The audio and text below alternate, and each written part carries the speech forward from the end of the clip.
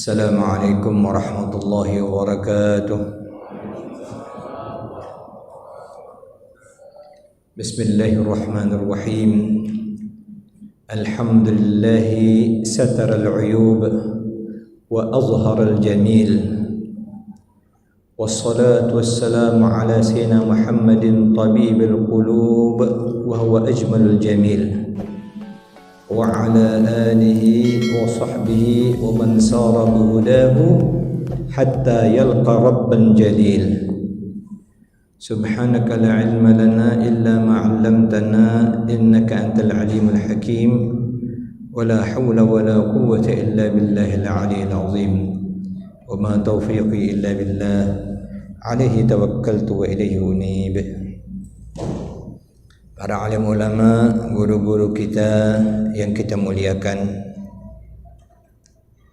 orang-orang tua yang taat kepada Allah Subhanahu wa taala, yang karena mereka keberkahan dicucurkan Allah, hujan pun masih diturunkan oleh Allah Subhanahu wa taala. Yang kita hormati pengurus masjid, khususnya imam masjid, ta'mir masjid, bapak-bapak dan ibu-ibu, seluruh jamaah yang hadir dalam kesempatan malam hari ini.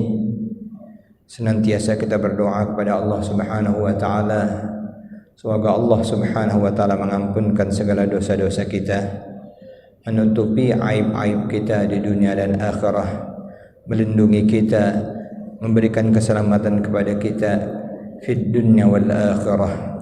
Amin ya rabbal alamin. Pada beberapa minggu yang lalu telah kita bahas tentang bagaimana al-bast wal qabd atau al-khawf wal raja yang terkait dengan diberikan kelapangan atau kesempitan oleh Allah Subhanahu wa taala kepada hamba-hambanya, dan divariasikan Allah kepada hamba-hambanya, kadang diberikan kelapangan, kadang diberikan kesempitan. Dan telah kita bahas juga kondisi bagi para arif billah, mereka menyadari bahwa tantangan yang dihadapi di balik kelapangan lebih besar daripada tantangan yang dihadapi di balik kesempitan. Karena hanya ada sedikit orang-orang yang tetap duduk dalam adabnya saat mereka diberikan kelapangan oleh Allah Subhanahu wa taala. Malam hari ini hikmah ke-80. Al-bastu ta'khudhu an-nafsu minhu hazzaha biwujudil farah wal qabdu la hazza lin nafsi fih. Al-bastu, kelapangan. Ta'khudun nafsu minhu hazzaha, saat mendapatkannya nafsu dapat kegirangannya. Biwujudil farah, yaitu dengan kegembiraan sesuai dengan apa yang diinginkannya.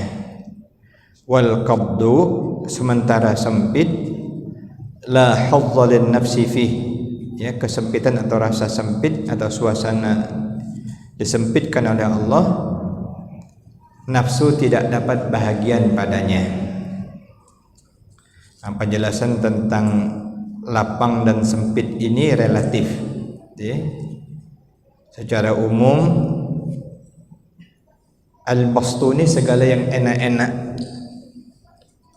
yang dulu kita sebutkan, duit banyak, badan sehat, rumah besar, bini cantik, apa yang dendakkan besok, nak berjalan enak, nak kemana-mana banyak duit.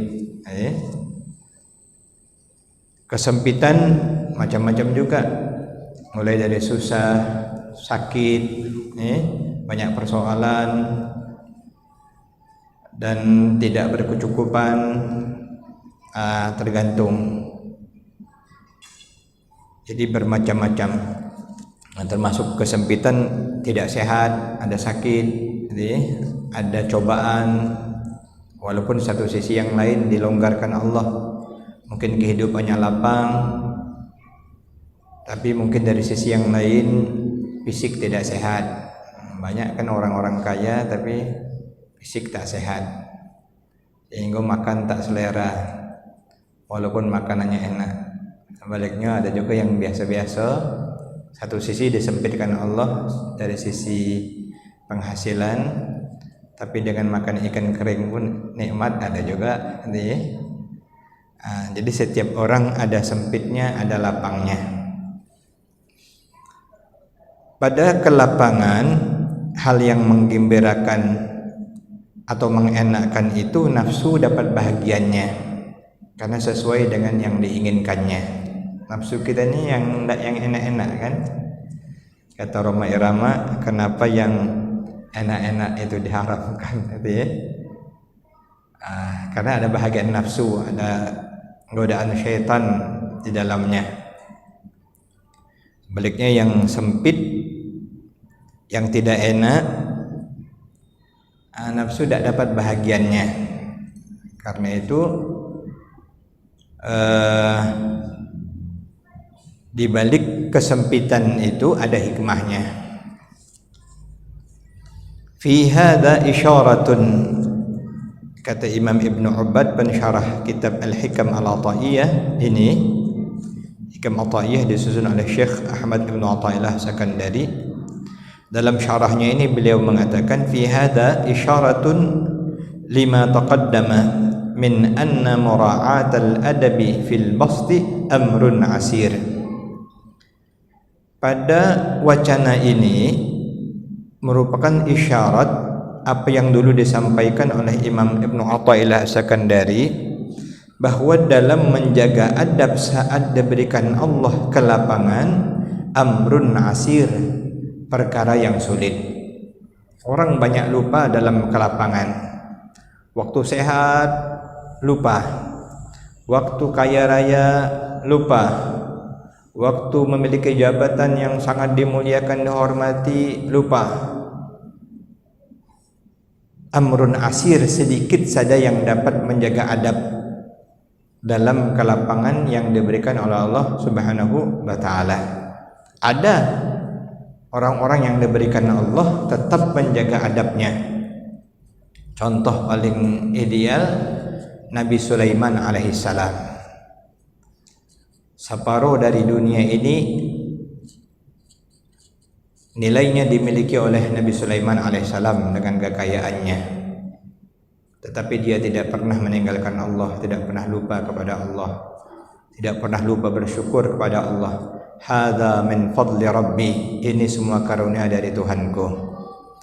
Mungkin pernah saya sampaikan dulu, sampai-sampai Siti Balqis heran mengatakan kepada Nabi Sulaiman, wahai Nabi Sulaiman, bagaimana bisa kekayaan yang engkau miliki ini membuat engkau tidak lupa dari Allah?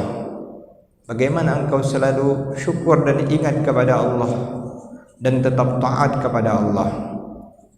Oleh Nabi Sulaiman, Siti Balqis diajak keliling kerajaannya dengan syarat memegang air putih seperti ini. Pegang air putih, ikut saya melihat seluruh apa yang saya miliki diberikan oleh Allah. Syaratnya jangan sampai air putih ini tumpah. Maka kemana-mana dibawa oleh Nabi Sulaiman, Balqis hanya sibuk memperhatikan air putih, jangan sampai tumpah. Akhirnya itu dijelaskan oleh Nabi Sulaiman, demikianlah saya, setiap saat saya menjaga agar saya selalu dalam ridha Allah Subhanahu wa ta'ala, jangan sampai termasuk yang dimurkai oleh Allah. Namun sedikit, qalilun, kata Imam Ibnu Athaillah As-Sakandari. Contoh juga aulia yang kaya raya yang pernah saya sampaikan ceritanya, Syekh Abil Hasan Asyadzili. Diinformasikan saking kayanya, pakaiannya bersih, necis, sepatunya mengkilat, Ibarat kata jika lalat hinggap di sepatunya meleset kaki lalat, saking mengkilatnya. Pernah ada seorang murid dari seorang guru yang hidup miskin di kampung datang menyampaikan pesan gurunya dan minta nasihat. Gurunya minta nasihat dari Syekh Abdul Hasan Syadzili. Lalu Syekh Abdul Hasan Syadzili mengatakan kepada muridnya, sampaikan kepada gurumu untuk memperbaharui taubatnya kepada Allah. Murid pun terbingung, kenapa syekh yang kaya raya ini bahkan menasihati guruku yang susah di kampung agar memperbaharui taubat.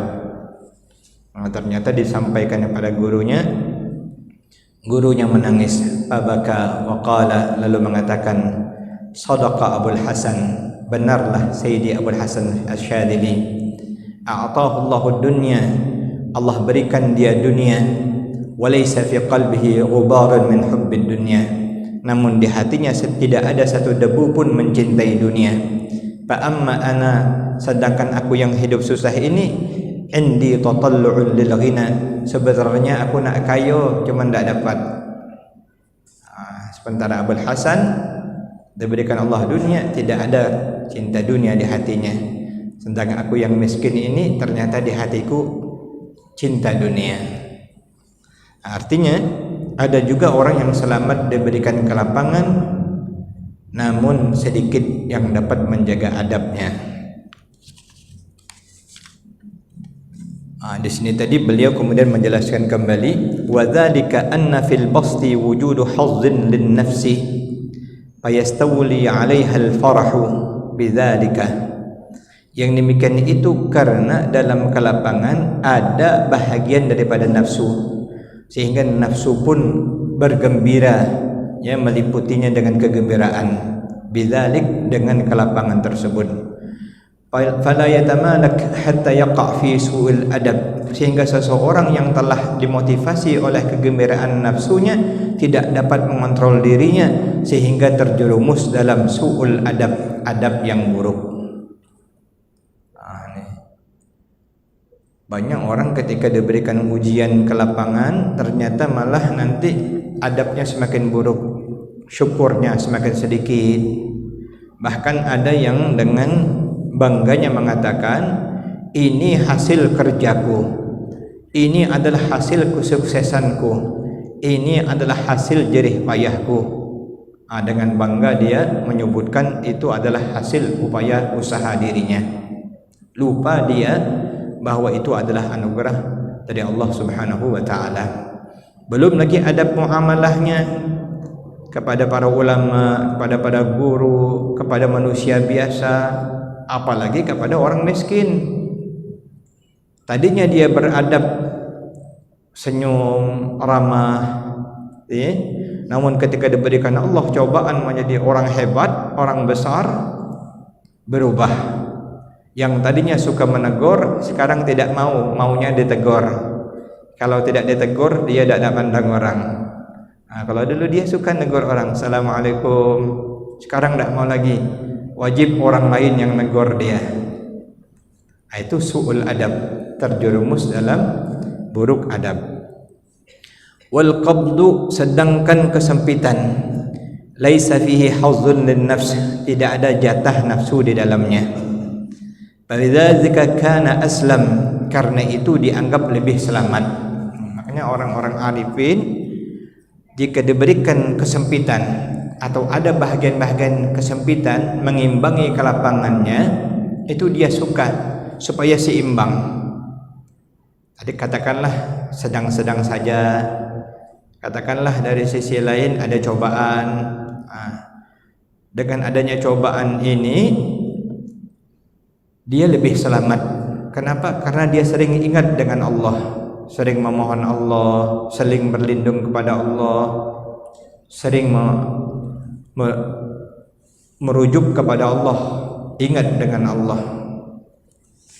Mereka lebih menganggap bahwa al-qabdu lebih aslam. Ada persoalan atau kesempitan itu lebih aman dibandingkan dengan yang terlalu lapang.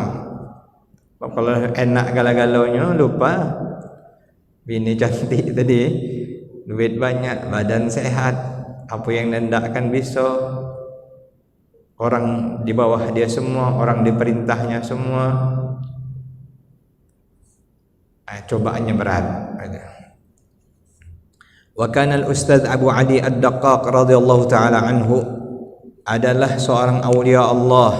Al-ustaz ini gelaran kehormatan jika dinisbahkan kepada seorang ulama besar.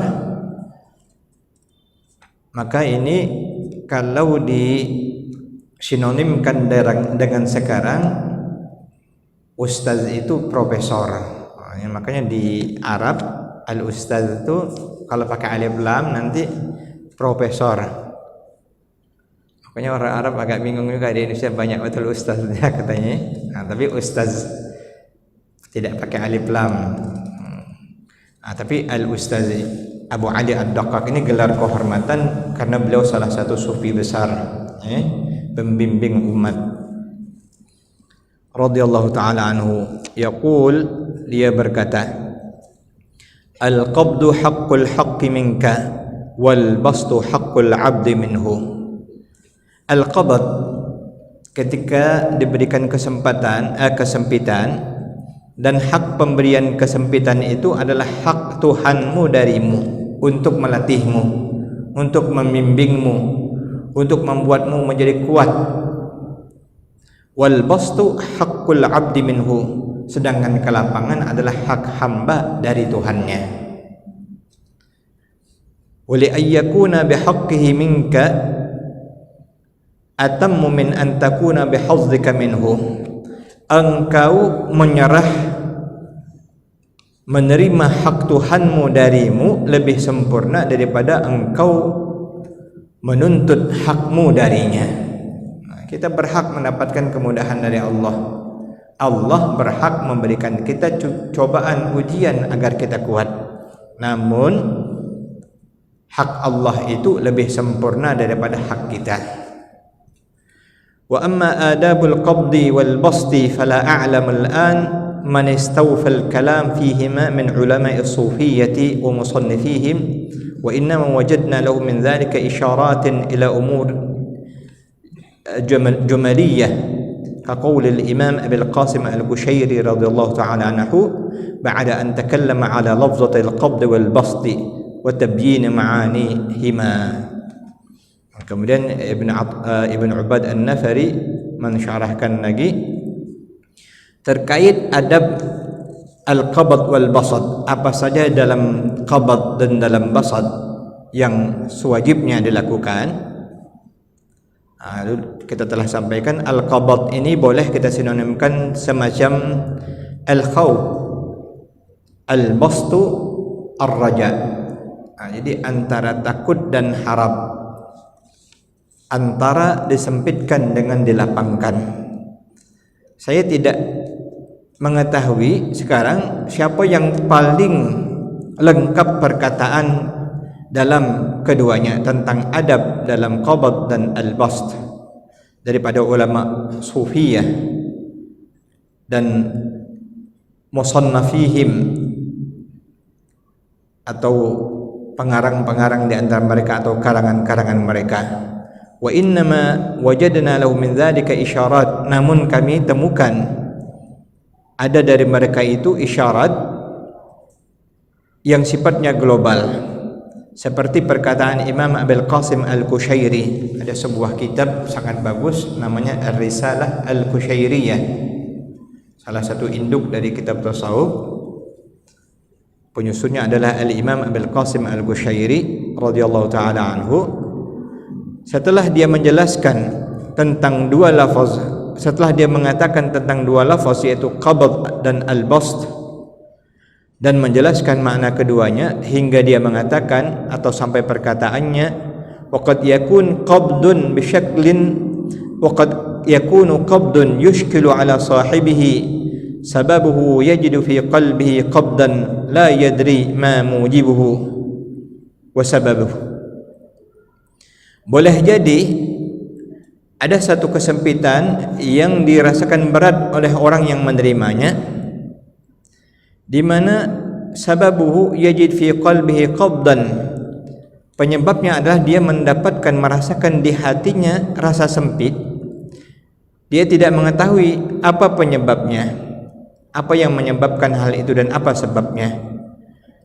Wasabilu sahibi hadzal qabdi, maka jalan yang ditempuh oleh orang yang menerima kesempatan ini adalah at-taslim, menyerahkannya kepada Allah, ridha dia kepada Allah Subhanahu wa taala, hatta yamdiya dzalikal waqtu, sampai berlalu waktu tersebut.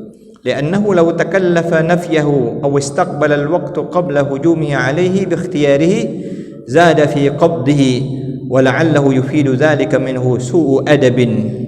Sebab law takallafa nafyahu, kalau dia enggan dan bersikeras untuk menolaknya, atau istaqbala al-waqtu qabla hujumihi alayhi bi ikhtiyarihi, atau dia menghadapi dengan segala ikhtiarnya, upaya kerasnya untuk mengatasi kesempitan tersebut, zada fi qabdi, bahkan itu menambah rasa sempit baginya. Jadi orang yang sedang mengalami cobaan, jika dia ngotot, tidak sabar untuk lepas dari cobaan tersebut, bukan menambah kembali kepada lapang, bahkan menambah rasa sempit. Kalau orang tak sabar, aduh lamonian, apalah lamonian, bukan malah memberi jalan keluar, malah memberi jalan sempit. Tapi kalau dia ridha, dia ikhlas sambil berikhtiar, maka Allah Subhanahu wa taala akan memberikan kelapangan kepadanya.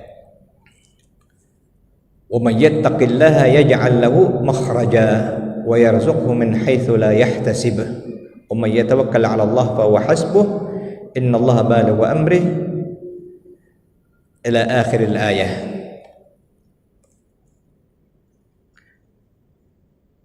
Orang yang tidak sabar tadi, yang ngotot dia, yufidu dzalika min su'u adab, bahkan menghasilkan buruk adabnya.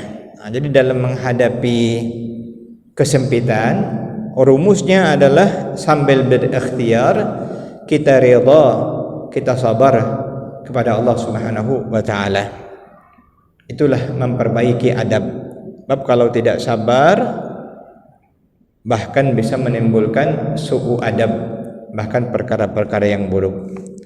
Wa idza istaslama li hukmil waqti, kalau dia telah menyerahkan diri dengan ketentuan Allah ketika itu, fa an qaribin yazulul qabdu, maka tak lama kemudian akan hilanglah kesempitan tersebut. Fa innal haqqa subhanahu qala wallahu yaqbidu wa yabsut, karena Allah yang maha benar. Nah, untuk kita ketahui kenapa para sufi sering menggunakan istilah al-haq untuk menyebut nama Allah Subhanahu wa taala, yang maha benar, al-haq. Makna juga yang maha nyata, yang fakta, yang real. Artinya tidak ada yang dipandang, tidak ada yang didengar, tidak ada yang dirasa, melainkan hanya kebesaran Allah Subhanahu wa taala, kebenaran Allah Subhanahu wa taala. Allah berfirman, wallahu yaqbidu wa yabsut. Allah memberikan kesempitan dan juga memberikan kelapangan. Wa qad yakun bastun yaridu baghtatan, boleh jadi pemberian Allah berupa kelapangan itu datangnya tidak tiba-tiba. Wa yusadifu sahibahu fatalatan la ya'rifu lahu sababan, yang dia dapatkan tiba-tiba yang tanpa dia ketahui sebab kelapangan tersebut. Yahuzzu sahibahu wa yastafizzuhu fasabilu sahibihi as-sukun wa mura'atul adabi. Hal tersebut mendorong, memotivasi orang yang menerima. Awalnya dia sempit, lalu diberikan Allah kesenangan, kelapangan, maka fasabil sahibihi as-sukun wa mura'atul adab, Yang dia jaga adalah tenang dan menjaga adabnya. Orang yang sabar tiba-tiba diberikan Allah kelapangan, maka syukurnya akan lebih. Diberikan Allah sakit, baru sadar waktu sehat, syukur dia kepada Allah Subhanahu wa taala. Diberikan Allah lama menanti, lalu diberikan Allah jalan keluar, maka syukurnya berlebih dibanding orang yang enak terus. Sama dengan orang makan hari-harinya biasa, sangat sederhana, seminggu sekali makan daging, makan nikmat makan dagingnya. Tapi kalau setiap hari makan daging, tidak ada nikmat lagi. Nah, begitulah bagaimana seseorang dibimbing oleh Allah dengan kebijaksanaannya agar terus dapat mengambil hikmah, bersyukur kepada Allah Subhanahu wa taala dalam setiap keadaannya, baik itu keadaan sempit maupun keadaan lapang. Bagi orang-orang yang telah mengenal Allah Subhanahu wa taala, sesungguhnya sempit itulah lapang. Saral man'u ainul ata. Tidak diberi itulah sebenarnya pemberian. Karena itu dia selalu berbahagia, bersyukur dan ridha kepada Allah Subhanahu wa taala. Ini adalah satu pelajaran bagi kita, bagaimana kita dapat menyeimbangkan diri kita dalam segala keadaan. Saat susah kita sabar, kita rela dengan ketetapan Allah. Saat diberikan kelapangan kita syukur dan kita ingat.